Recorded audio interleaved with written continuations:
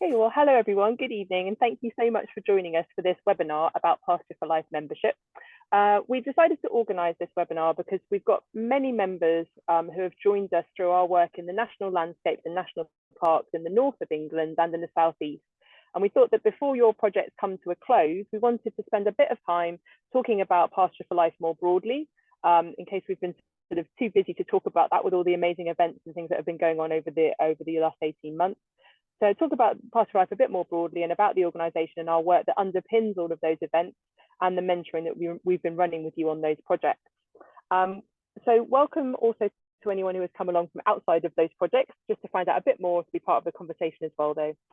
So the plan for this evening is that myself and my colleague Nikki Yoxall I'll let Nikki introduce herself in a moment, but we'll tell you a bit about our work, but the main focus of this evening will be for you to hear from some of our members about their experience of being part of Pasture for Life, to ask them questions if you want to, and to also have the chance to ask questions of our membership manager, Bryony Petty. Bryony, can you say hello? Hi everyone from a very cold Aberdeenshire. Thanks, Bryony. We've also got Rob Bunn here, who's been our project lead for Pasture and Profit up in the north, who's been welcoming you all in. Give everyone a wave, although they'll already have seen you. And I think Deborah Barker might be here as well, our Pasture and Profit lead. Hi. Thanks, I'm just Deborah. waving, but I'm down the bottom, I think. Perfect, thank you. Okay. So I'm going to say a little bit about our sort of mission and our values and our work first of all. So at Pasture for Life, we believe in the restorative power of grazing animals on pasture, and our mission is to support farmers to make the most of their pasture. We want Pasture for Life to be the home for life farmers wanting to know more about how to manage their pastures to get more feed from them, reduce your inputs, increase your profit, and help nature. But what do we mean by restorative? Well, it could be restorative for your bank balance. Feeding your livestock from pasture on your land as much as possible will reduce your inputs and your costs, and also improve your margins. It could also be about protecting you against price fluctuations because of things that are going on far away from your farm in the global economy. Restorative for your land. Grazing using these systems such as adaptive multi-paddock grazing or mob grazing can increase the productivity of your land to produce feed for your livestock without additional inputs needed. And that type of increased productivity is underpinned by improvements in soil health and grassland ecosystems, so restoring your land in that way as well. And less chemicals and more diverse pasture also means restoring nature and biodiversity. What do we mean by pasture? Well, we mean any plant that's not a grain, so that you can feed to your livestock. So that could be grazing outside on your permanent pastures or herbal lays in the summer. It could be feeding hay, haylage, or non-maize based silage inside or outside during the winter, or it could be grazing livestock on brassica fodder crops in an arable rotation, for instance. Becoming a member of Pasture for Life, why might people come to us? Well, you might be new to regenerative farming and pasture-fed farming. You might have a focus on wanting to reduce your input and build soil health, or you might also be well on the way. And so Pasture for Life is about bringing you into a community full of positive people, all focused on farming for a better future. Pasture for Life began as an idea back in 2009, and in 2011 it became a community interest company, and that's the structure for which we run all of our work with people like yourselves. We're a not-for-profit membership organisation, so we have members at our core. About 85% of our members are farmers, with the remainder being related trades, so butchers, retailers, chefs, vets, academics, and some others in there as well. Farmers yourselves are at the heart of everything we do, and we split our work in Pasture for Life into three sort of streams, all nicely beginning with a C. So we've got credibility, so that's our research projects that Nikki will be talking about in a moment. We've got community, and this is all our work out in the regions, like yourselves, which includes our project, which many of you might have been involved in, also our wider member support. And the focus here in our community work is on peer-to-peer knowledge sharing, and that's fundamental to our work to support your learning and development around pastured livestock systems. So really about farmers yourselves learning from each other and seeing how you're working. And then finally, we have certification. And through this, we look to recognise our members' eagerness to farm in a restorative way. And that's what we're looking to recognise with our certification. But I have to stress that we are not primarily a certification body. We're a sort of an a broad church, and we like to welcome farmers in and meet you where you're at and help you to learn from each other to get you where you want to go on your journey and get to where you want to be with your operations. So only about 10% of our members are certified, and we're absolutely not pushing for certification to be the end goal. But our standards, which Nikki also works on, are really where we write down sort of the principles and the sorts of practices that you might want to work towards in order to get all of those benefits that I was speaking about a moment ago. So Nikki, if you're there, I'm going to let you talk a bit about your research work that supports our work with our members. Amazing, thank you, Kate. Hi everybody, really lovely to see you. As Kate said, I'm Nikki Oxall, I'm head of research at Pasture for Life, but my role expands beyond just research. It also is now encompassing quite a bit of our certification standards and that sort of work. And I'm just going to talk very briefly about some of the things that we've been doing. And I've realised I've a very well-chosen photo there of Sam, who you're going to be hearing from later on as well. So within Pasture for Life, we have this kind of research arm that has been running now. It started just as a research group where we have about 15 to 20 members of our farmer members and also academic members who meet on a monthly basis, and we engage directly with research academics, which is an amazing way for us to engage very closely with research activity within the UK and also further abroad in Europe. And we've got some projects that are underway at the moment. On the right hand side you'll see the Pathways logo and the Re-Livestock logo. These are both big Horizon European funded projects with 30-35 partners in each one, where we're actually representing 100% pasture fed as a potential livestock pathway for the future. And we're doing that through working directly with our members and certified producers to inform the research agenda and actually undertake field-based trials as well. We've historically been working with Lisa Norton, brilliant ecologist who works at CEH in Lancaster, and her project Seed Slip was very much about understanding the economic and ecological grazing systems and the innovative practitioners that kind of make up the Pasture for Life membership. And we've had some amazing research that has come out of that highlights not only that our farmers are more profitable than their counterparts in the Farm Business Survey, not necessarily just certified, but also members as well. We've got a really interesting relationship between the longer you've been a Pasture for Life member, the higher your soil carbon is. We're not saying that that's necessarily a causation, like a cause, is probably just an interesting correlation there, but interesting nonetheless. And that research also has highlighted that on Pasture for Life farms, again, members as well as certified, that we tend to have an increase in biodiversity, which is great to hear and definitely is adding our ability to influence policy. We work closely with organisations like Pilio and VitaCycle own Soil Mentor. And I'm sure, Brian, you'll be able to talk about one of the benefits of Pasture for Life membership is that you get a Soil Mentor discount. And actually that photo at the top is of farmers in Scotland on a Soil Mentor training day. So we try and tie in and link together our research with community activity as well. We've been working closely with the Bionutrient Institute, who are based in the US, so that we can sample 100% pasture-fed meat and understand the nutrient qualities that are associated with that. There's a really well-established body of research that has been informed as well, not only just by the SUSCAT project, which is marked there, but other research globally that really does highlight the nutritional benefits to human health of 100% pasture-fed meat and milk, and the Bionutrient Institute helping us to evaluate that even further and collect even more data. We've been working closely with an organisation called Vet Sustain, who promotes sustainability within the veterinary industry, and have been working with them to develop guidance and support documents that can be shared with vets to help them understand the sort of farmers and farms that they might come across in low input pasture fed systems. Quite a lot of vets, when they go through veterinary school, get quite high input kind of experiences, and so what we've been really trying to do is add that additional CPD element to the veterinary industry. And then I mentioned already that brilliant picture of Sam with one of his bales last March, I think that was, and that just is to represent this bale grazing field lab that we've been involved in, or that we're running with innovative farmers, funding 5 years worth of soil tests into this innovative practice of bale grazing directly onto pasture. We've got 7 farms involved. It was 6, but we had one that was extra interested and wanted to join us. They got a bit jealous, so we let them in. So we now have 7 farms who are across England, Scotland, north and south of the country, all sorts of different altitudes, all sorts of different herd sizes and soil types, so that we can start to better understand the benefits of this practice, which has been articulated by practitioners who are doing it, but we want to get some science behind that.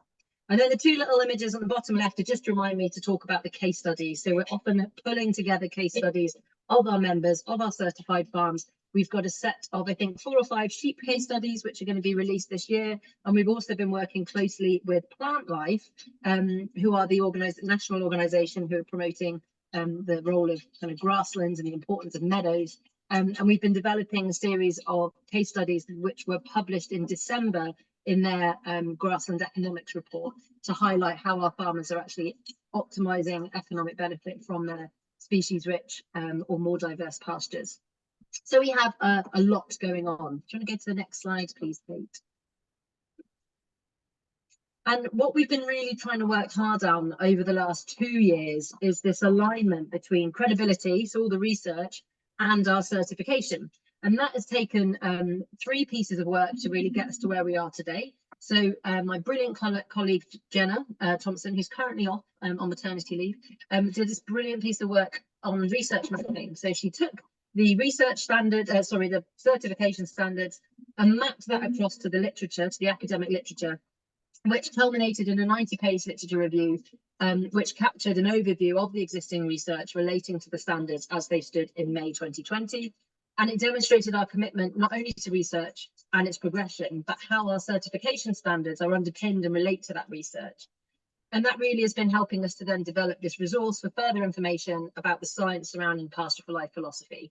So we've kind of taken us from this, this is what we believe, and this is anecdotally what we see, to ensuring that we have that really deep underpinning database that we can actually relate back to. And that now has become a process that will be ongoing over the coming years.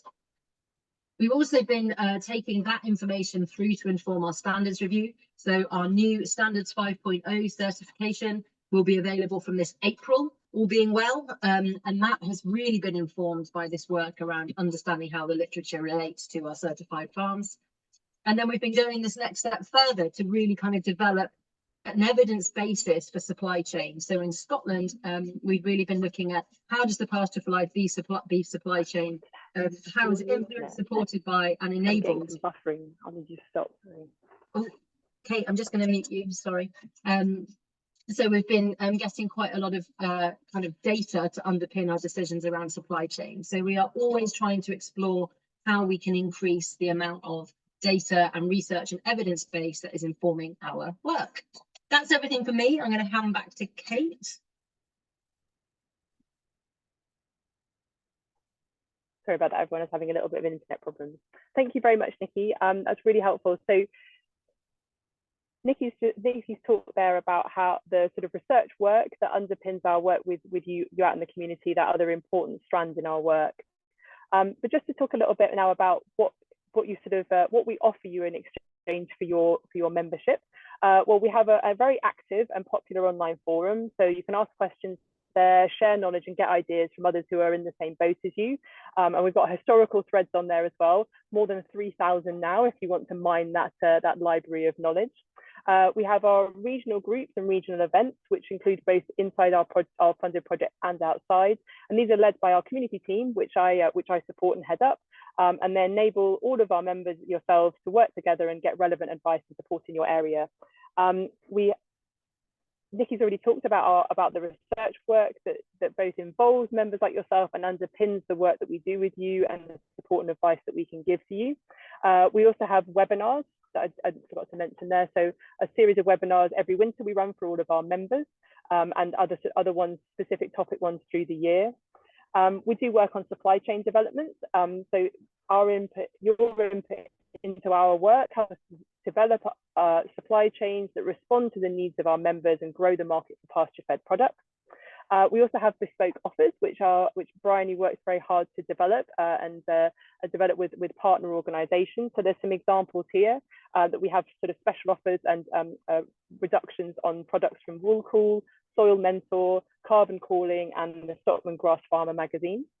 And finally, we send out regular newsletters, so fortnightly newsletters that give you updates on key things that are going on both within Pasture for Life and more broadly within the farming industry. So in return for your membership, this is what we offer to you, but your membership also supports us as an organisation to be able to host those sorts of projects that Nikki was talking about, to build that evidence base underneath the work that you are doing and that we're wanting to support you to do. So all of that work that Nikki talks about is grant funded, but your membership helps us to exist as an organisation so that we can attract that funding and do that really important work. But what do our members say? So that's what we've got to say about what we do at Pasture for Life. But I thought it would be helpful to hear a little bit from our members. And so I'm going to do that in two ways this evening. I'm going to tell you, first of all, about a survey that we did recently with members in the north and the southeast of England. So I'm going to give you a few results from that before I come on to welcome our panel of speakers for the evening, who are going to talk about their experiences of having been part of Pasture for Life as well. So we recently surveyed members in the north and southeast of England. We had 37 replies. Thank you very much if anyone on this call was part of contributing data. We really appreciate your participation.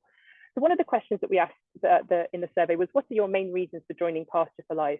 And so the options that we gave you were to choose from learning about how to make better use of your pasture or forage crops, reducing your input costs, learning how to manage pasture for biodiversity, to be in a group of like-minded farmers, and also if you were joining as part of one of our local funded programs. And actually overwhelmingly, that sense of community, to be in a group of like-minded farmers, was the key reason that our members in that survey chose for deciding to join Pasture for Life.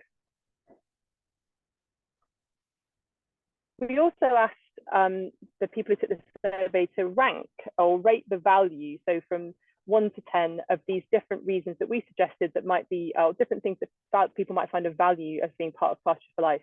So I've deliberately not ranked them here. So I'm gonna read them out, and then I'm interested if anyone wants to pop in the chat what you would think is the top ranked answer to this question. So we asked, here's a list of what we think members of Pasture for Life might get from us. So we offered things like helping to sell your produce, support from other local farmers, support from the PFL team, farm walks and events, us advocating for livestock farmers who want to use pasture to feed their animals, learning from other farmers, a sense of community with farmers doing the same things, the online discussion forum, or updates on research and best practice. So I'll let you have a think and see. It's a bit like that game show. Which one do you think was the top voted option or reason? Rob, I have to rely on you, someone, if we see any in the chat, because I can't see it when I'm presenting. Okay. Only Nikki's put one in about research at the moment. Sam's put learning from other farmers. Thanks, Sam. Dusty, who is undercover as RWRHO, biased opinion, which is referring to Nikki. I myself, that's not a new option. No, Jan's put sell produce. I myself feel it's the community, and no doubt that will build a bit more in a minute. Alison, farm visits and walks for sure. Daniel's agreeing with me about the community. So we're getting a fair mix, really, Kate, across the board. Right. Well, I've always wanted to say this phrase. So our survey says the top rated value that the members get from Pasture for Life is learning from other farmers.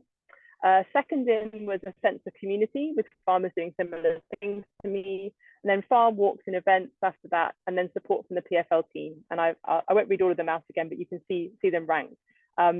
Because we force you to rank them, I guess we have to remember that one's always going to come last. So hopefully helping to sell produce isn't too much of a sort of low down on the list in reality. But yeah, the biggest reason that everyone said was learning from other farmers. So exactly what we're trying to do, which feels good to hear, actually. Thank you for those results. And finally, I just wanted to give you a bit more sort of detail around those answers. So we also asked in the survey, if you were to tell another farmer about the most valuable thing that you get from being a member of Pasture for Life, what would you say to that other farmer? And so some of the answers that we had, and I tried to pick out sort of a good range and representative sample. So one person said, what would you get from tell a farmer about getting from Pasture for Life? It would be information, information, and information. The forum is a huge resource of knowledge and help. The events are great to meet people trying to do the same as us. Another said helpful workshops and the forum and a fantastic community. Another said access to many generous and experienced minds on the forum, practical relevant events and a welcoming team. Another said you become part of a network of like-minded farmers who are willing to lend their advice and support in the pursuit of a common aim. Another said a great community of like-minded and open-minded farmers. The next one was farm walks and webinars where you can learn from others on the same journey as yourself. A great means of learning and information exchange, and as an expanding group, the future ability to add value to the product and the environment in which it's produced. And then finally, being able to ask questions and share knowledge freely with other farmers in a similar situation. So for me, just a really strong message coming out there that actually it's about being able to connect with each other and to learn from each other, and also to have that sort of moral support as well that has been really key for people who are already members of Pasture for Life. So thanks to anyone again who took part in that survey. It's been really interesting and informative for us to hear, as well as enable me to give you a bit of background for this webinar. Just So, before you move on, there is a yeah. question from Jan Okay. about a bit of a technical question or a technicality question. Sure. Were these answers from the same number of respondents? Yes.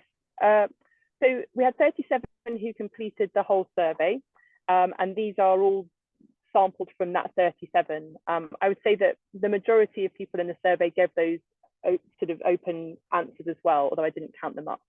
Does that answer your question? Yeah, I think so. Grant. So, just under my presentation, I'm just going to briefly introduce our 3 panel members. So they're all members of Pasture for Life. We've invited along Sam Beaumont, who farms at Galborough Hall Farm near Ullswater. Sam has beef shorthorn cattle, cooney pigs and fell ponies on 385 acres. We've also got joining us Andrew Hatton from Low Riggs Farm, about 25 miles northwest of Harrogate near Nidderdale, or in Nidderdale rather, sorry.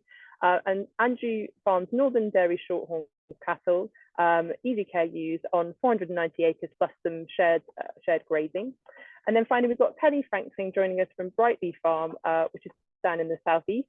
And Penny farms Angus and Hereford cattle and crosses with poultry and pigs as well on about 150 acres. So I'm going to stop sharing my slides now so that I can invite the panel members to join us and share their experiences. Have I successfully gotten rid of my slides, Rob? Yeah, lovely job. Okay. So I'm going to welcome Sam Beaumont first of all. So Sam, I wonder if you could, thank you, good evening. I wonder if you could tell everybody here how long you've been a member of Pasture for Life and what made you decide to join, and then I'll ask you the next question after that. Yeah, okay, so I joined as a member probably 2018, and really the decision to sort of join as a member was we were really struggling with our farm business. We were not in a good shape economically, so that was the first, I guess probably the biggest driver, was that we were trying to look at ways that we could be more financially resilient, but also there was this massive ecological aspect of our system that we were running, and we were using quite a lot of feed, we were using quite a lot of fertilizer, and all of these inputs have quite a damaging impact on our environment, and so we wanted to move away from that. And I just didn't really know where to turn, because it didn't feel like there was an awful lot of that in my locality, and so I looked sort of nationally really, and inspirational farmers like Rob Havard, I saw him do a talk, and it just blew my mind, and I was like, we've got to, this is just the future. It just looked like such an amazing system, and I was like, this has got to be the future. And then also Neil Heseltine over in the Yorkshire Dales, and I went over to see him in the end, and it was just great to talk to somebody who was on a sort of similar wavelength, really. Great, thanks, Sam. So I'm going to ask you the question from the survey, which is, if you were talking to a neighbour who had never heard about Pasture for Life, what would you tell them about being a member? Yeah, I mean, so primarily it is that sort of sharing of knowledge between farmers and learning from others that are trying to develop sort of resilient businesses that are fit for our environment now, and the way that society is changing, the way the climate is changing. way that the way subsidies are changing, the whole political thing going on at the moment. It is getting off the farm and going to see other people was definitely sort of foremost thing.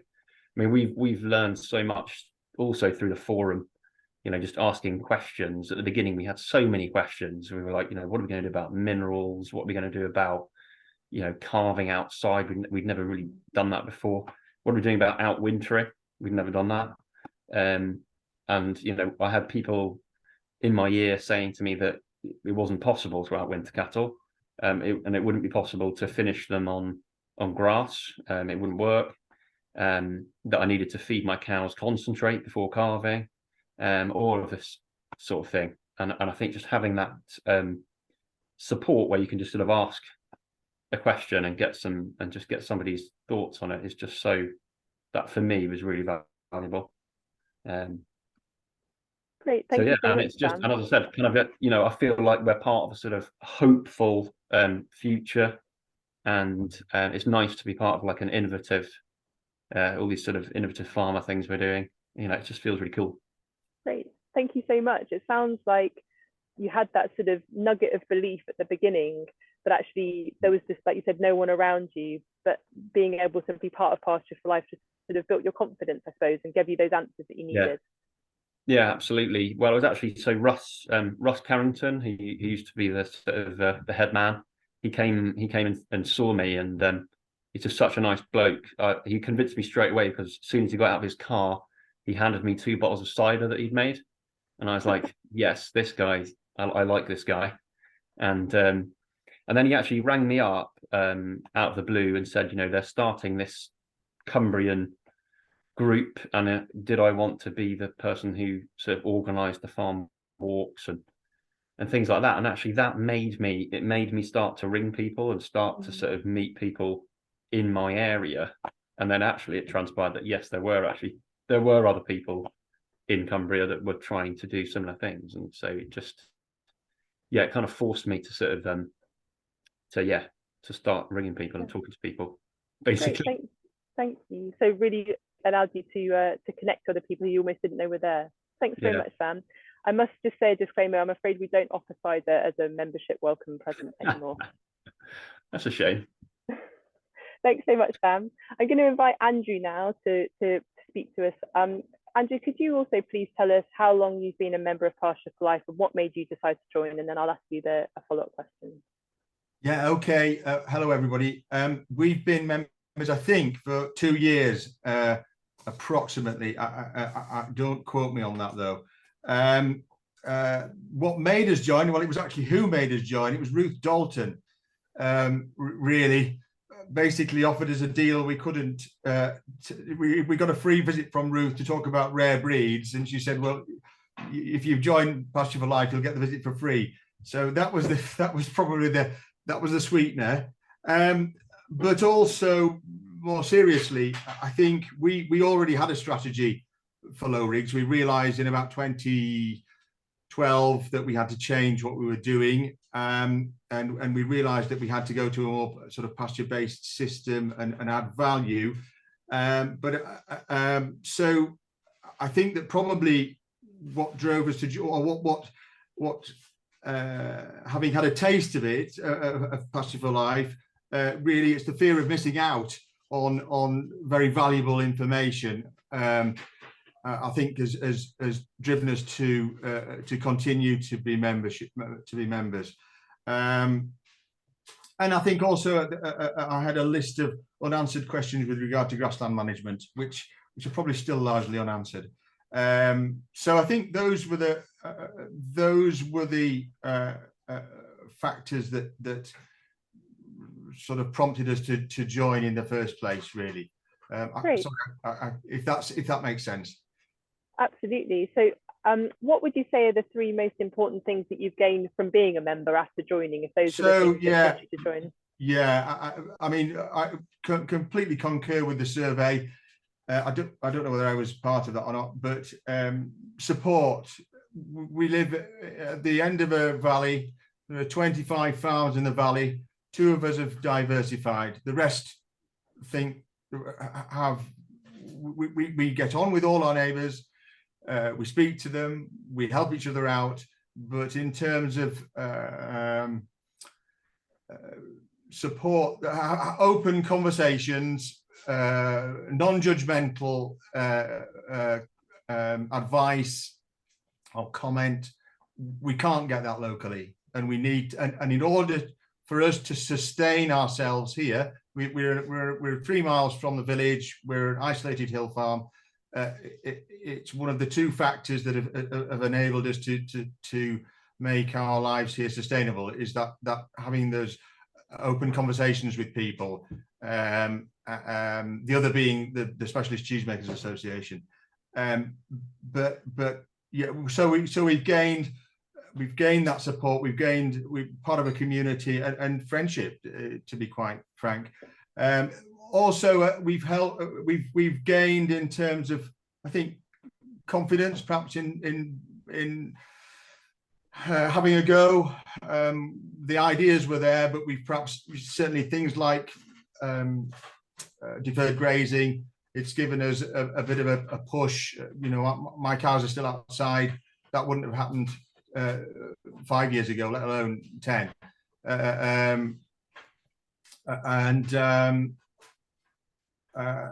And that's partly for gaining confidence. And then I suppose ideas. I think that yeah, support would be my biggest factor, and then ideas. You know, I think that the value is probably uncalculable in terms of the advice that you can get. Basically, you're learning from people who've tried other things, who've succeeded and failed, and so you're not trying to reinvent the wheel. You could pay an awful lot of money to a consultant for poor advice, and when you've got you know, over 1,000 consultants out there that you can access, I think that's it's fabulous and just fantastic value for money, really. So my list goes on, but I've probably said enough. Oh, thank you so much, Andrew. I'm just going to follow up on one thing there. It really that sort of stood out to me. You said that about the confidence to do your deferred grazing. Where did that confidence come from in relation to your membership of Pasture for Life? I think it was that people were doing. I you know, I contrast that with bale grazing, which sort of doesn't. We do it, but we don't do it perhaps in the way we should. And I think it was just that people were doing it, and I thought, well, I've got to have a go. And we're deferred grazing at 1,200 feet on rubbish. It's like it's stuff that we have. It's what would be sheep allotment, and it's horrible. It's peat over clay, and when we had a lot of sheep 10 years ago, we tried keeping cows outside. Don't turn it on, just hang on. Sorry, we're just cooking at the same time. We tried grazing sheep at the same time, and that was it was disastrous because we had no supportive structure within the sward. And then we cut sheep down drastically by an order of magnitude, and the ability of the sward to sustain that cow weight through, you know, a very, very wet period of time and not create a quagmire has been amazing. And I think it's just because you constantly hearing other people, you know, doing it, and you know, Jim Beery is doing it in a not particularly, you know, that's a fairly exposed place in places, and you think, well, if he's going to have a go, well, then maybe I can as well.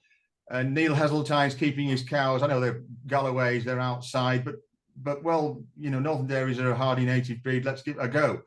So you sort of just have to. I think it's just that sense of community, and that. And at the end of the day, you can pick up the phone to somebody and say, "What's your experience of this?" So I don't. Sorry, that probably wasn't a very good answer. Thank you so much, Andrew.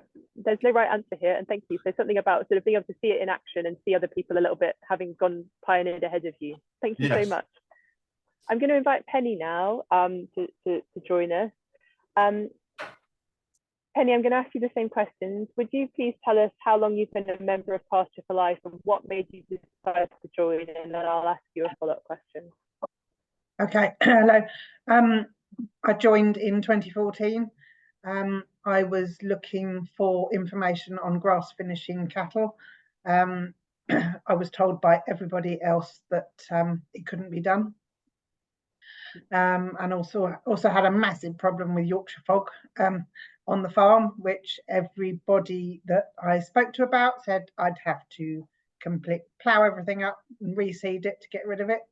But then found the alternative of mob grazing, which was through Pasture for Life. And holistic land management. I did a course in 2015 with a lot of other Pasture for Life members. Completely changed the way I farmed. I was set stocking, now changed to mob grazing and or adaptive multi-paddock grazing. Learning huge amounts about soil, still learning, every day is a school day. And now we are finishing all our own cattle and selling them all direct through our small farm shop. Wow. Well, that segues nicely into my question to you then, Penny. What's changed for you and your farm as a result of joining Pasture for Life? I just answered that, haven't I? All changed massively. We were the whole farm was in the old style countryside stewardship scheme, came out in 2014. So there'd been no fertilizer use in all that time anyway. So, but the grassland still wasn't performing. And through changing the grazing management, the grassland just started to change and is now really productive. So we're a heavy clay. We can't outwinter yet. I keep pushing the boundaries, trying to extend the grazing season. We have kept them out till Christmas, 2 years. Not the recently, it's just been too wet. But we definitely graze into December, which they would have been housed late October before that. So yeah. Great, thank you so much. I think one thing that stood out to me was the sort of your belief that there must be another way to not have to plough it all up. I wonder where that came from. Yeah, well, I suppose I'm surrounded by farmers, a bit like some of the other people have said that, completely are using fertilizers and chemicals and spraying everything, and I just feel like I'm a little island surrounded by all these other farmers. And they're all a bit I don't know what's the word, they've got big egos, I suppose, which I struggled with, no, I just ignore them. But yeah, the whole community of Pasture for Life is the best thing about it. Great. Yeah. Thank you so much, Penny. Thank you so much to Penny, Andrew, and Sam for sharing your experiences. I'm going to open the floor to questions. So we've got our whole team here. So we've got obviously Sam, Penny, and Andrew to take questions, and also Bryony, if you've got any membership questions, and Nikki as well, if you want to ask any questions about research, and anything else, Rob and Deborah and I will do our best to fill in the gaps. So yeah, I'll open up to questions. And feel free to raise your hand if you want to give a question directly, or also if you'd rather not speak up, then you can pop one in the chat and I'll read it out. I'm going to ask one. I'm going to take advantage of being co-host and ask Nikki about the bionutrient project. Was this where we sent samples to somewhere? Because I think some samples went from Sam, didn't they? Yeah, that's right. We sent something like 30 steaks to the US, which I'm never doing again. It was the most stressful thing, and they got stuck somewhere in Alabama for like a fortnight. So whoever had to open them would have had a horrible job. But they still managed to, because we'd sent it all in liquid nitrogen and it was all very frozen, we managed to we did manage to get some samples tested, and we've had all the results back for that. We had a really great webinar a couple of weeks ago where we had the results shared with us. We need to do a bit of work internally to Pasture for Life to kind of produce a report and some analysis around that, but all of those the data that was collected is also feeding into a journal article that the research team at the Bionutrient Institute are publishing or looking to publish in the next month or two. So we will not only have like a peer-reviewed piece of work that relates to it, we'll also have an internal piece of work as well. So yeah, excited to see what the results are.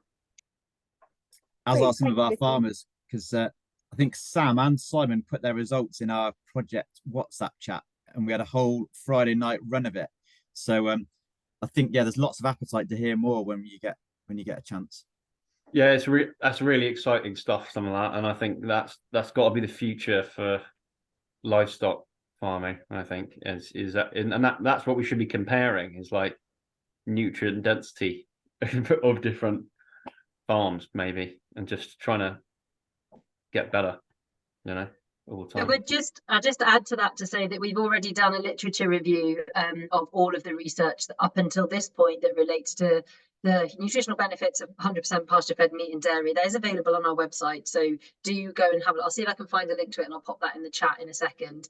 And I think Julia's just asked a question about the contact details for the Bionutrient Institute. Your best bet is literally just to Google Bionutrient Institute, Dan Ketteridge, and you'll find contact details there. And there's also a brilliant YouTube recording of a webinar that we did for members last year, which was all on the kind of nutrient benefits. And Stefan van Vliet, who's one of the Bionutrient Institute researchers, he was present at that and presented. So again, in a second, I will find the link and I'll pop that in the chat too. Thanks, Nikki. I think we've got another question for you before you go and do that, though. Is a question from Sam Newington to ask: are there any people doing in the bale grazing study in the southeast? Our most southerly person is Silas Headley Lawrence at FAI Farms in Oxford, so he would be your closest one, Sam. Very much, Nikki. So open up to questions. Would anyone like to pop any more questions in the chat? Or I can see a raised hand.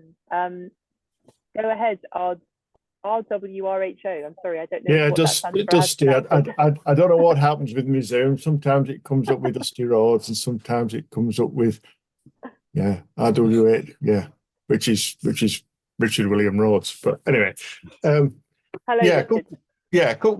But known as Dusty. A couple of comments. What was reassuring from our perspective is you've quite a lot of members, but not actually that many are certified Pasture for Life. And I could see us joining, but never getting to the point where we'd be in a position to be Pasture for Life certified. So that was quite reassuring. Just in terms of membership, whether there's a mix of tenants and owner-occupiers, in terms of tenants on short-term tenancies, whether they might not join because they don't feel they're going to have a tenancy for long enough to get the benefits of changing to a more resilient farming system. Great. That's a very great question. Thank you so much. I'm going to invite Bryony and perhaps Nikki, who I think might be a tenant, to comment on that, and then I'll open it out to the rest of the team. And Bryony, do you have any thoughts on that? Sorry to put you on the spot there with your stats. Yeah, we do have a few tenants that are within our membership, and farmers as well. I think there's a lot of people also that have joined as the start of their journey. You know, I've had a few new members join that have just started renting land or purchased land, and they haven't got any cattle yet or any sheep, and they just want to join the forum to learn about, you know, like Andrew was saying, you know, instead of going to consultants, just learning from other farmers first before they kind of start implementing things and growing their business. Not sure what your thoughts are on that, Nikki. Yeah, I would say we have a real good mix. And one of the things that's actually really attractive about Pasture for Life certification, so this is not membership, but certification, if we think of that as the end point for, I think it's actually now about nearly 13% of our members are now certified, and it goes up all the time.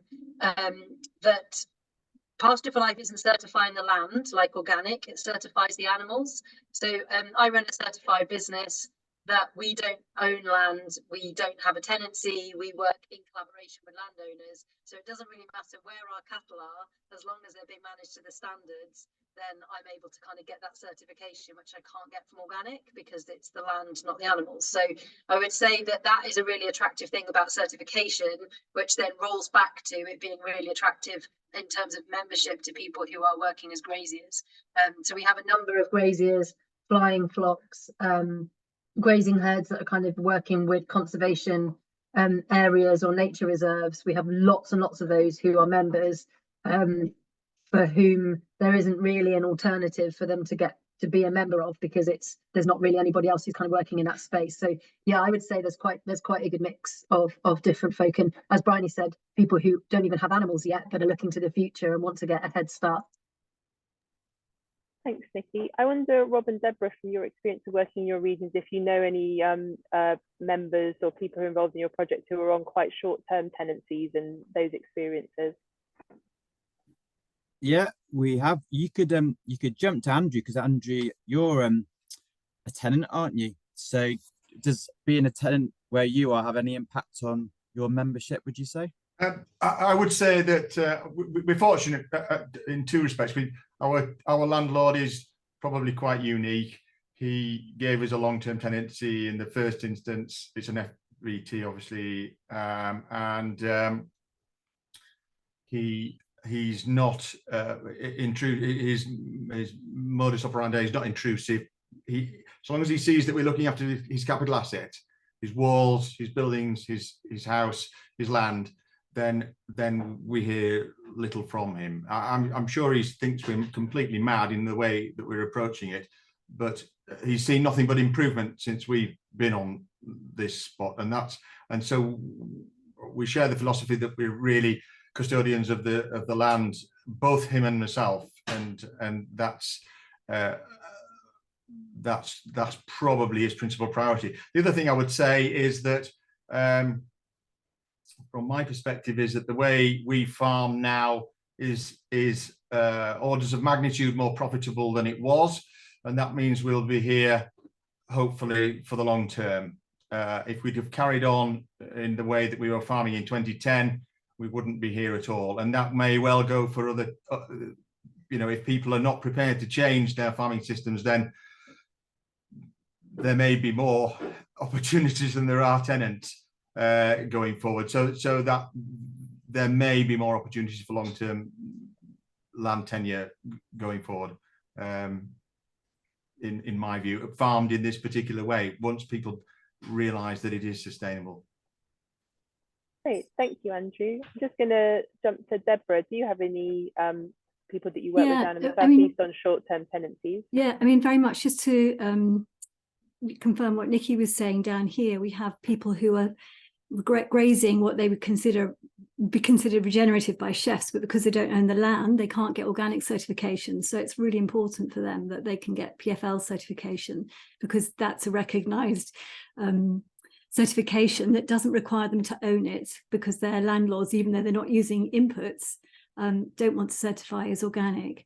And then also down here, there are a lot of people who are on short-term tenancies. I think one of our farmers on the Pasture and Profit programme actually has 15 different landlords, because particularly in the High Weald, although actually he's in Kent, there are lots of small pockets of land that people don't want to farm themselves. So it's really important, I think, that, as you say, you're actually certifying the animal and not the land itself. So it's really helpful. And particularly for young graziers who are just starting out, I think it gives them that support, feeling that they're part of a bigger movement and they can access all that knowledge and information. Great, thank you, Deborah. It was William, wasn't it? Did you have any follow-up questions there? I'll move on to the next one.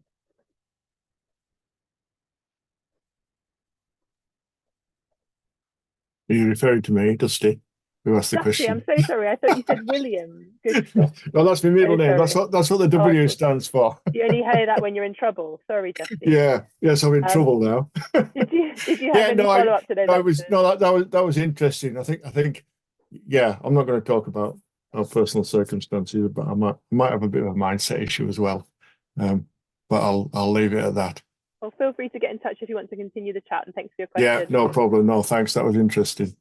So we've got a question in the chat, which I might direct to Brian and Nikki, which is a question that says, to sell meat as PFL, is there a need to use a slaughterhouse that's PFL certified?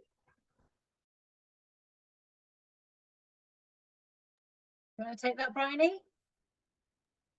Yeah, so the abattoir will need to be Pasture for Life approved. So we have a list of abattoirs on our system. So if you contact me, I can have a look to see if it's approved. Otherwise, we'll have a look on our system to see if they meet the criterias of our Pasture for Life standards, and then we'll get back to you with an update on if it's an approved abattoir or not. Thanks, Bryony. And just a follow-up question for me there, how difficult is it to become a PFL certified or approved slaughterhouse? They'll complete their audit, and then we'll assess their audit to see if it meets our criteria. Otherwise, if not, you can bring in a body like Soil Association or Organic Farms and Grows to complete an audit for you to see if it can become approved under our approved list. Otherwise, we'll try and see if there are other abattoirs within your area that meet the standards. Great, thank you, Bryony. Okay, can I just add to that, Kate? Sorry, cool. Just to say that yeah, we're just in a moment. We're kind of in the next 2 months is a big kind of moment of change for us with the standards, and we are changing things quite a lot to make things a lot easier for not only abattoirs but also wholesalers, processors, and other people in the supply chain to become approved rather than certified. So we're going through quite a shift in that to make sure that it is just a bit easier. So rather than requiring as much of a check that has been happening so far, really the certification is on up to the farm gate, and then everything after the farm gate where it's being processed, packed, wholesale, retail, etc., is then more of an approval process. But we're right on the cusp of that coming in. So yeah, Bryony and I are both trying to hold the old standards and the new standards in our heads at the same time to have all of that to share. Great, thanks, Nikki. Any further questions? So please feel free to raise your hands or pop them in the chat.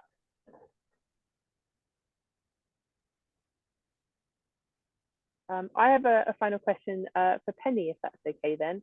Penny, I'm interested to hear more about your experience of direct selling, since you mentioned that as being an important part of your business and your experience of doing that as a Pasture for Life member. Yeah, well, I started off selling a little bit of beef just through a website to family and friends, and I was struggling to get enough sales. So we trialed opening a pop-up shop. Well received, went mental. We had people queuing down the drive. After lockdown, it nosedived, and we considered closing and not doing it anymore. But now we're stuck with it. We started going to farmers markets, and yeah, we get people driving from all over the place to seek out what we're producing. So a lot of people find us through Pasture for Life, and yeah, they just want what we're producing. So a lot of them for health benefits. And is that for their own health benefits or health benefits of your animals? Ah, well, yeah, their own health benefits. Yeah, I mean, they like the way we farm. A lot of the we have a lot of conversations about how we farm and yeah, the benefits of eating pasture-fed meat. Great, thank you, Penny. Okay, any further questions from anyone?